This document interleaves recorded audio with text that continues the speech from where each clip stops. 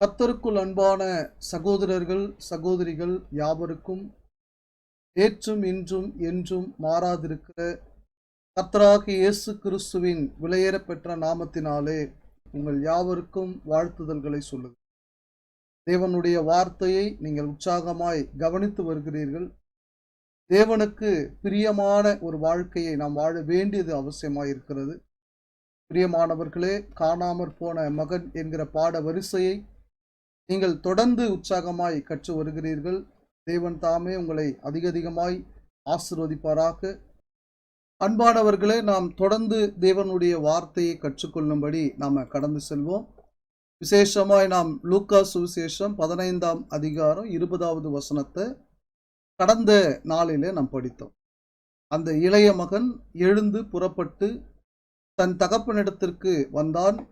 அவன் தூரத்தில் வரும்போதே அவனுடைய தகப்பன் அவனை கண்டு மனதுருகி ஓடி அவன் கழுத்தை கட்டிக்கொண்டு அவனை முத்தம் செய்தான். ஒரு அருமையான ஒரு ஒப்புரவாகுதலை குறித்து இந்த வசனத்தில் நாம் படித்தோம். அவன் எப்படி அவன் எடுத்த தீர்மானத்தில் மாறாமல் இருந்து தன் தகப்பனோடு ஒப்புரவானாரோ, அதே போல அந்த தகப்பன் எவ்வளவு மனதுருகி இரக்கம் பாராட்டி அந்த மகனை அவர் சேர்த்து கொண்டாரோ, அப்ப இன்றைக்கும் கூட ஒரு பாவி தன்னுடைய பாவத்திலிருந்து அவர் மனம் திரும்பி வரும்பொழுது தேவன் கிருபை உள்ளவராய், இரக்கம் உள்ளவராய், மன உருக்கம் உள்ளவராய், அப்படிப்பட்டவரை அவர் மன்னித்து ஏற்றுக்கொள்ளுகிறார் என்கிற பாடத்தை நாம மறந்துவிடக்கூடாது. ஆனா அதே நேரத்துல நேற்றைய தினத்துல பாடத்தின் கடைசியில நான் ஒரு கேள்வி கேட்டேன் இல்லைங்களா?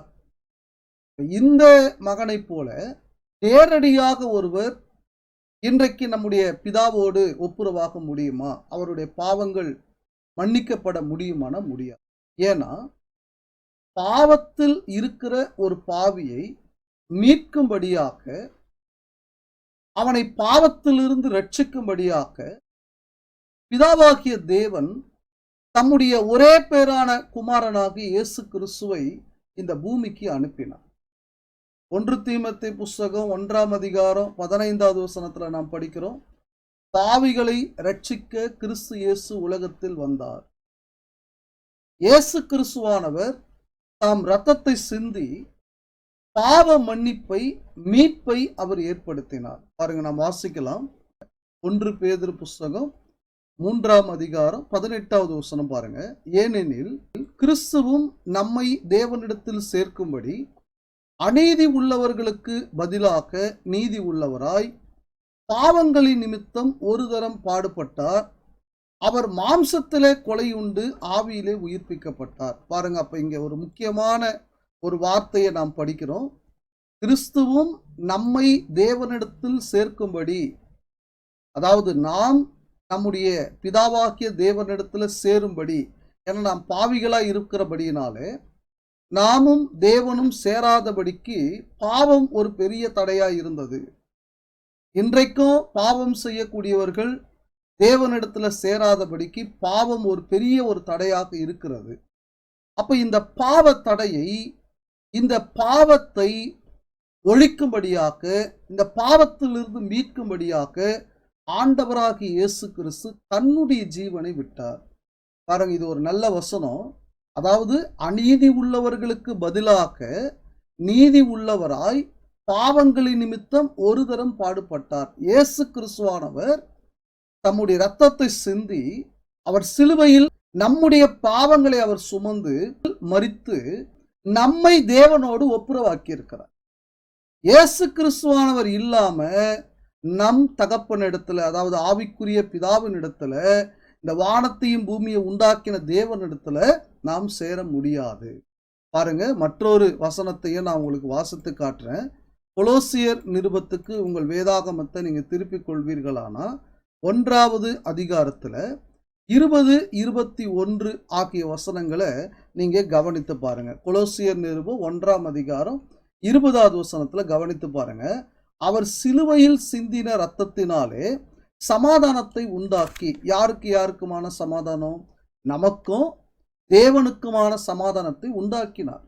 பாருங்க, நாம பாவம் செய்கிற வரைக்கும் அக்கிரமங்கள் செய்து கொண்டிருக்கிற வரைக்கும், பாரம்பரியத்தின்படி வாழ்ந்து கொண்டிருக்கிற வரைக்கும், கள்ள உபதேசத்தின்படி வாழ்ந்து கொண்டிருக்கிற வரைக்கும் நாம் தேவனிடத்துல சமாதானம் பெற முடியாது. நாம் தேவனை விட்டு பிரிந்த ஒரு சூழ்நிலையில தான் இருப்போம். அப்போ நாம் தேவனிடத்துல சேரணும்னா, நமக்காக இந்த பூமிக்கு வந்து தம்முடைய ரத்தத்தை சிந்தின இயேசு கிறிஸ்துவை நாம் விசுவாசிக்க வேண்டும். ஏன்னா நாம் தேவனிடத்துல சேரும்படிக்கு இயேசு கிறிஸ்துவானவர் ரத்தம் சிந்தினார். பாருங்க, தொடர்ந்து அந்த வசனத்தை வாசிச்சு பாருங்க.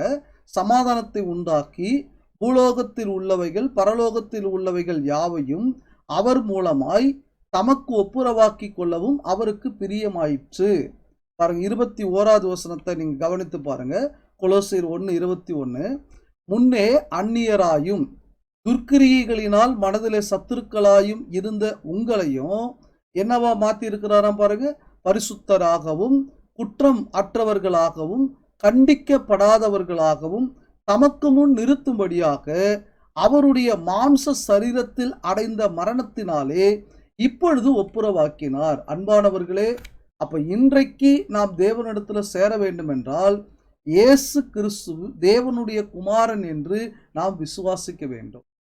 அவர் எனக்காக சிலுவையிலே மரித்தார், என் பாவங்களை அவர் சுமந்தார், அவர் 3ஆம் நாளில் உயிர்த்தெழுந்தார் என்று நாம் விசுவாசிக்க வேண்டும்.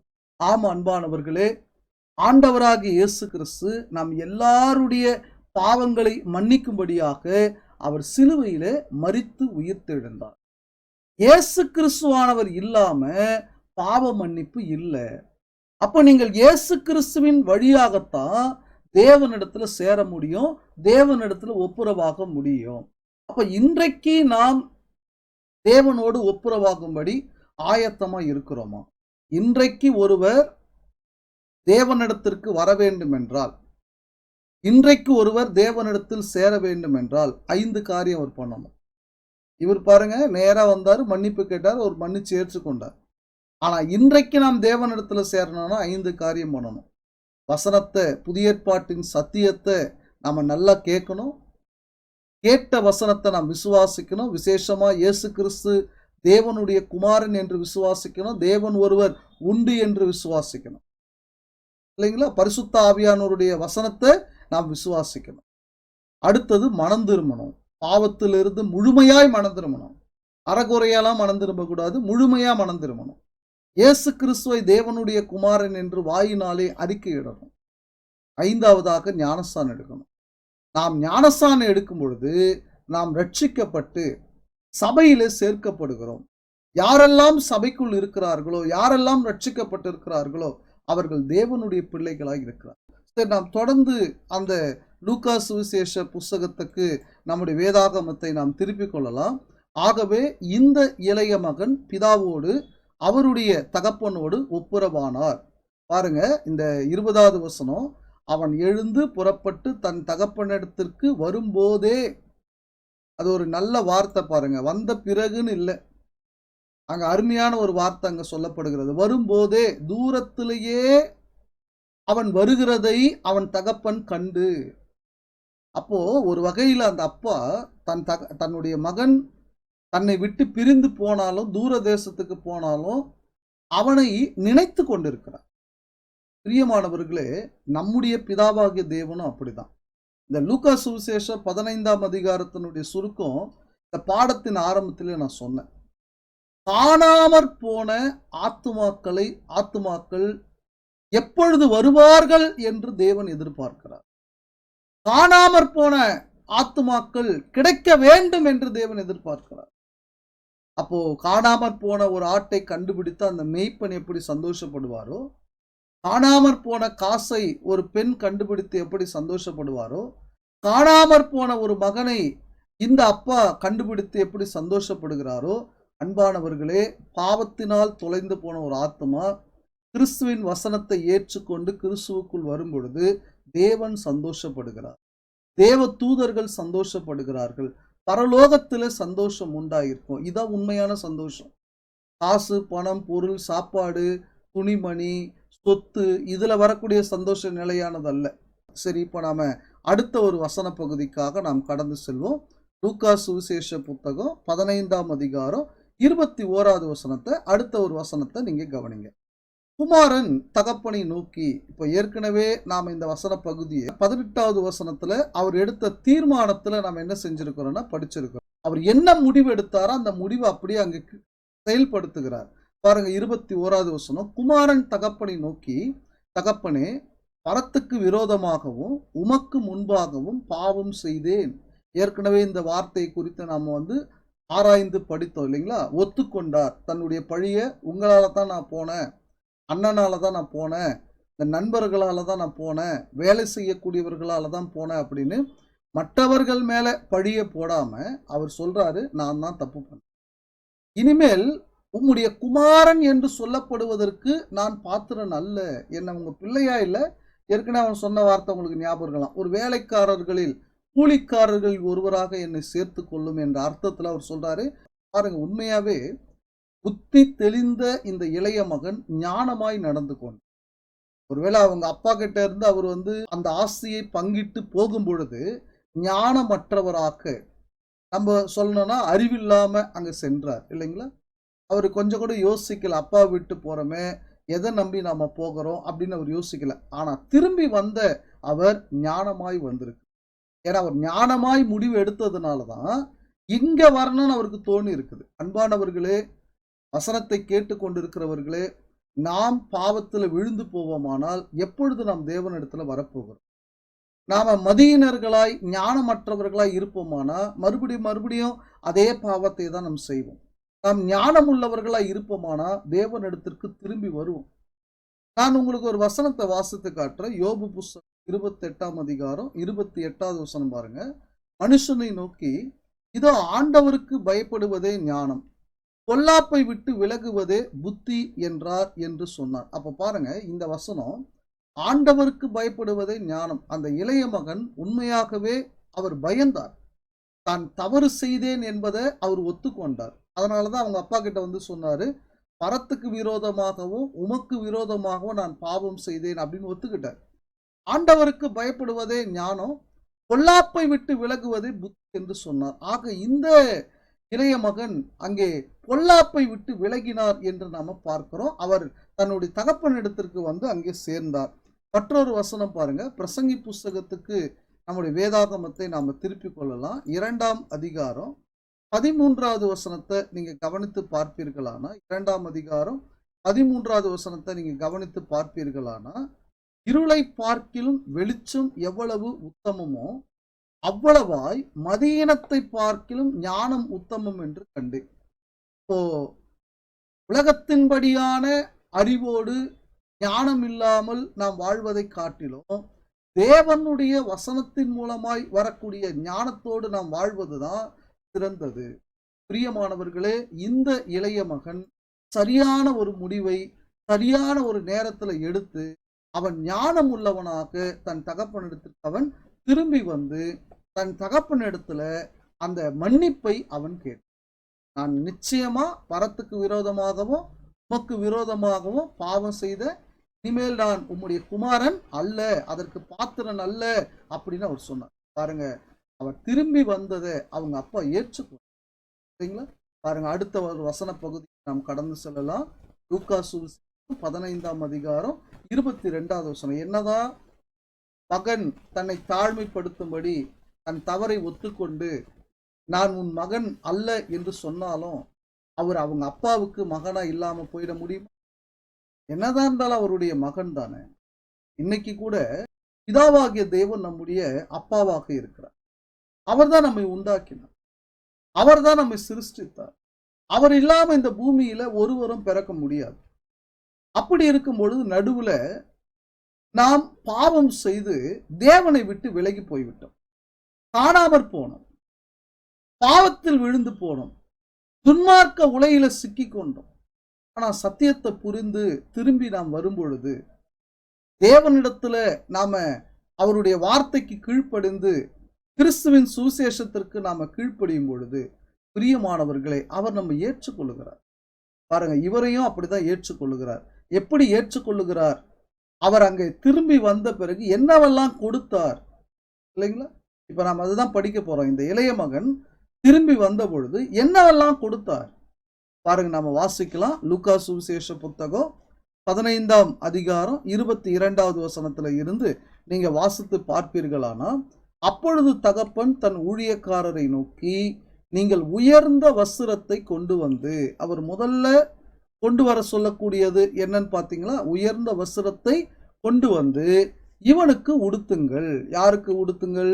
அந்த இளைய மகனுக்கு உடுத்துங்கள். ஏன்னா இப்ப திரும்பி வரும்பொழுது, நான் ஏற்கனவே சொன்னேன் போன வகுப்புல, அவர் ஒரு சரியான உடை அங்கே போடல. அப்பாவுக்கு பார்க்கும் பொழுதே உண்மையாவே வருத்தமா இருந்தது. பிரியமானவர்களே, இன்றைக்கு கூட நீங்கள் சுவிசேஷத்திற்கு கீழ்ப்படியும் பொழுது, கிறிஸ்துவின் வார்த்தைகளுக்கு நீங்கள் உங்களை ஒப்பு கொடுக்கும் பொழுது, நீதியின் வஸ்திரத்தை, இரட்சிப்பின் வஸ்திரத்தை கிறிஸ்துவுக்குள் தேவன் நமக்கு கொடுக்கிறார்.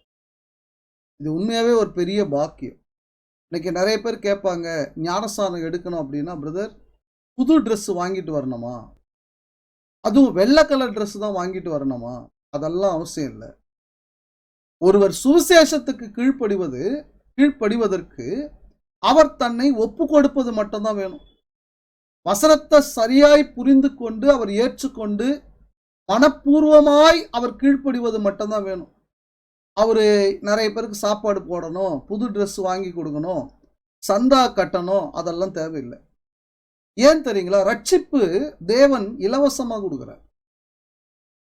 அவரு பாவ மன்னிப்பை காசு கொடுத்து சேல் பண்ண சொல்லல. இன்னைக்கு உலகத்துல நிறைய பேர் ஆசீர்வாதத்தை காசு கொடுத்து தான் வாங்கணுன்ற ஒரு மனநிலைமைக்கு போயிட்டாங்க. நிறைய பேர் காசுக்காக ஆசீர்வாதங்களை விற்கிறாங்க. பிரியமானவர்களே, ரட்சிப்பும் சரி, கிறிஸ்துவுக்குள் நமக்கு கிடைக்கக்கூடிய ஆசீர்வாதங்களும் சரி, தேவன் இலவசமாய் கொடுக்கிறார். நீங்க அவருக்கு போய் பே பண்ணணும்னு அவசியம் இல்லை. பாருங்க, இந்த மகனுக்கு அவர் உயர்ந்த வஸ்திரத்தை கொடுத்தார். நமக்கும் கூட அவர் உயர்ந்த வஸ்திரத்தை கொடுக்கிறார். பாருங்க, நம்ம வாசிக்கலாம். ஏசாயா தீர்க்கதரிசன புஸ்தகத்துக்கு நம்முடைய வேதாகமத்தை நாம் திருப்பிக் கொள்வோமானா, 61வது அதிகாரம், ஏசாயா புஸ்தகம் 61ஆம் அதிகாரம் 10வது வசனத்தை நீங்க கவனித்து பார்ப்பீர்களானால், ஏசாயா புஸ்தகம் 61ஆம் அதிகாரம் 10வது வசனத்தை நீங்க கவனித்து பார்ப்பீர்களானால், கர்த்தருக்குள் பூரிப்பாய் மகிழ்கிறேன், என் தேவனுக்குள் என் ஆத்துமா களி கூர்ந்திருக்கிறது. மணவாளன் ஆபரணங்களினால் தன்னை அலங்கரித்துக் கொள்ளுகிறதற்கும் மணவாட்டி நகைகளினால் தன்னை சிங்காரித்து கொள்ளுகிறதற்கும் ஒப்பாக, எப்படி அந்த இளைய மகன், அவருக்கு அங்கே புதிய உடை அங்கே போடப்படுகிறது. ஒரு ஒரு பெரிய ஒரு ஐஸ்வர்யம் உள்ளவருடைய மகனாக வீட்டை விட்டு வெளியே போனாரு, எல்லாவற்றையும் செலவழித்தாரு, பன்றி மேய்க்கக்கூடிய வேலைக்கு போனாரு. இப்போ ஒரு சரியான ஒரு உடை கூட இல்லாம அங்கே நின்று இருக்கிறாரு. அவர் மீண்டும் ஒரு ராஜகுமாரனை போல, அந்த பணக்காரருடைய மகனை போல அவர் அலங்கரிக்கப்படுகிறார். பிரியமானவர்களே, நீங்களும் நானும் கூட பாவத்துல, அக்கிரமத்துல சிக்கி சில நேரத்தில் நாம் பலவீனப்பட்டு இருக்கிற சூழ்நிலையில நம்மை அவருடைய பிள்ளைகளாய் அவர் உயர்த்தக்கூடியவராய் இருக்கிறார். அப்படி அவர் உயர்த்தி என்ன கொடுக்கிறாராம் பாருங்க, அவர் இரட்சிப்பின் வஸ்திரங்களை எனக்கு உடுத்தி நீதியின் சால்வை எனக்கு தந்தார். என்ன வஸ்திரம் கொடுக்கிறாராம்? இரட்சிப்பின் வஸ்திரம் அவர் நமக்கு கொடுக்கிறாராம். பாருங்க, நாம புதிய ஏற்பாட்டிலே நாம படிக்கிறோம் இந்த வசனங்களை. வெளிப்படுத்தின விசேஷ புஸ்தகம் 19ஆம் அதிகாரத்துக்கு உங்கள் வேதாகமத்தை நீங்க திருப்பிக் கொள்வீர்களானா, அதுல 8வது வசனம் பாருங்களேன். சுத்தமும் பிரகாசமுமான மெல்லிய வஸ்திரம் தரித்து கொள்ளும்படி அவளுக்கு அளிக்கப்பட்டது. அந்த மெல்லிய வஸ்திரம் பரிசுத்தவான்களுடைய நீதிகளே. தேவன் நமக்கு கொடுத்திருக்கிற வஸ்திரம் பரிசுத்தத்தின் வஸ்திரம், நீதியின் வஸ்திரம். என்றைக்கு நாம் சுவிசேஷத்துக்கு கீழ்ப்படுகிறோமோ அன்றைக்கே அவர் இந்த வஸ்திரத்தை நமக்கு கொடுக்கிறார். அப்ப பாருங்க, நாம் இன்றைக்கு தேவனுடைய பிள்ளைகளாய் மாறுகிற பொழுது நாம் நீதியின் வஸ்திரம் தரித்தவர்களாய் இருக்கிறோம். அதுக்கு முன்னாடி கந்தையான வஸ்திரம் தரித்தவர்கள். ஆனா கிறிஸ்துவுக்குள் நாம் வரும்பொழுது, தேவ பிள்ளையாய் மாறும் பொழுது நீதியின் வஸ்திரம் கொடுக்கப்படுகிறது. சரி, வேற என்னெல்லாம் கொடுத்தாரு அப்படின்றத நாம் வாசிக்கலாம் பாருங்க. லூக்கா சுவிசேஷம் 15ஆம் அதிகாரத்துக்கு உங்கள் வேதாகமத்தை நீங்க திருப்பிக் கொள்ளுங்க. வேற என்னெல்லாம் கொடுக்கிறாரு? உயர்ந்த வஸ்திரங்களை கொண்டு அவனுக்கு உடுத்தினார். இவன் கைக்கு மோதிரத்தையும் கால்களுக்கு பாதரட்சையும் போடுங்கள். அப்போ அவரை ஏறக்குறைய அந்த அப்பாவுடைய மகனாக நீங்கள் அலங்கரியுங்கள்.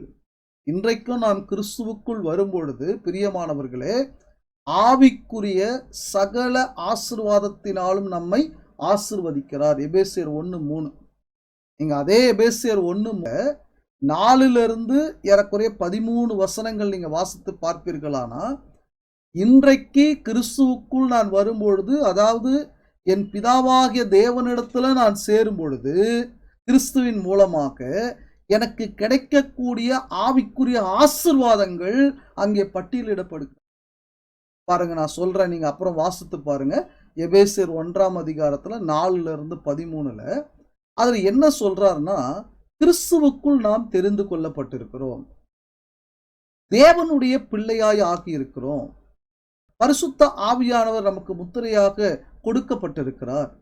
இப்படி ஏராளமான ஆசீர்வாதங்கள் நமக்கு கொடுக்கப்பட்டிருக்கிறது. எப்போ நாம் பாவத்திலிருந்து மனம் திரும்பி இயேசு கிறிஸ்துவை விசுவாசித்து அவருடைய வார்த்தைக்கு கீழ்ப்படிந்து நான் ஞானஸ்நானம் எடுக்கும் பொழுது தேவனுடைய பிள்ளையாய் மாறுகிறேன்.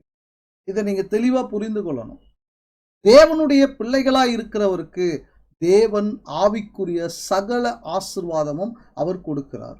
அப்போ இன்றைக்கே நீங்கள் தேவனிடத்துல சேரும்படி உங்களுக்கு அன்பாய் நாங்கள் புத்தி சொல்லுகிறோம். காலத்தை கடத்தாம, இன்னும் மனுஷர்களுடைய வார்த்தைகளை குறித்து நீங்க யோசிக்காம, சிந்திக்காம, தேவனுடைய அன்பை புரிந்து கொண்டவர்களாய் அந்த இளைய மகன் திரும்பி வந்தது போல நீங்க வாங்க. பாருங்க, அவர் திரும்பி வந்த பிறகு என்னெல்லாம் கொடுத்தாரு? உயர்ந்த வஸ்திரம், மோதிரம், பாதரட்சை, இன்னும் லூக்கா 15:23 பாருங்க, கொழுத்த கன்றை கொண்டு வந்து அடியுங்கள், நாம் புசித்து சந்தோஷமாய் இருப்போம். அப்போ அப்பா சந்தோஷப்படுறார். பிரியமானவர்களே, இன்றைக்கும் கிறிஸ்துவுக்குள்ள நாம் வரும்பொழுது அவர் சந்தோஷப்படுகிறாராம். பாருங்க, நீங்க இதே லூக்கா சுவிசேஷம் 15:10 வசனத்தை நீங்க வாசித்து பார்ப்பீர்களானா, அது போல மனம் திரும்புகிற ஒரே பாவி நிமித்தம் தேவனுடைய தூதருக்கு முன்பாக சந்தோஷம் உண்டாயிருக்கிறது என்று உங்களுக்கு சொல்லுகிறேன் என்றார். உண்மையாகவே தேவன் சந்தோஷப்படுகிறார், ஆவிக்குரிய ஆசீர்வாதங்களை கொடுக்கிறார். மறுபடியும் நான் சொல்றேன், நாம் கிறிஸ்துவுக்குள் வரும்பொழுது இன்னைக்கு மோதிரம் கிடைக்குமா, புது ட்ரெஸ் கிடைக்குமா, காசு கிடைக்குமா, அப்படி யோசிச்சு வரக்கூடாது. சரிங்களா? அதெல்லாம் பூமிக்குரியது, அழிஞ்சு போயிடும். இன்னைக்கு நாம் கிறிஸ்துவுக்குள் வரும்பொழுது, தேவனுடைய பிள்ளைகளாய் நாம் மாறும் பொழுது, தேவனுடைய ஆவிக்குரிய ஆசீர்வாதங்களை நாம் பெற்றுக்கொள்ளும்படி நீங்கள் தேவனை விசுவாசித்து வாருங்கள். சரி, இந்த பாடத்தினுடைய தொடர்ச்சியை கர்த்தருக்கு சித்தமானால் நாளைக்கு நாம் கவனிப்போம். இவ்வளவு நேரம் பொறுமையோடு இந்த வசனங்களை கேட்ட உங்கள் யாவரையும் தேவன் தாமே ஆசீர்வதித்து வழி நடத்துவாரார். அன்பானவர்களே, தேவனை ஆவியோடும் உண்மையோடும் ஆராதிக்க உங்களை கிறிஸ்துவின் சபையார் அன்புடன் அழைக்கிறோம். கொளத்தூரில் ஆராதனை நேரம் ஞாயிறு காலை 9:30 மணி மற்றும் மாலை 5 மணி. கூடுமிடும் எண் 9 ஹரிதாஸ் முதல் குறுக்கு தெரு, கொளத்தூர், சென்னை 99. நீங்கள் ஆராதனையில் பங்கு பெற்று தேவனுடைய ஆவிக்குரிய ஆசீர்வாதத்தை பெறும்படி அன்புடன் அழைக்கிறோம்.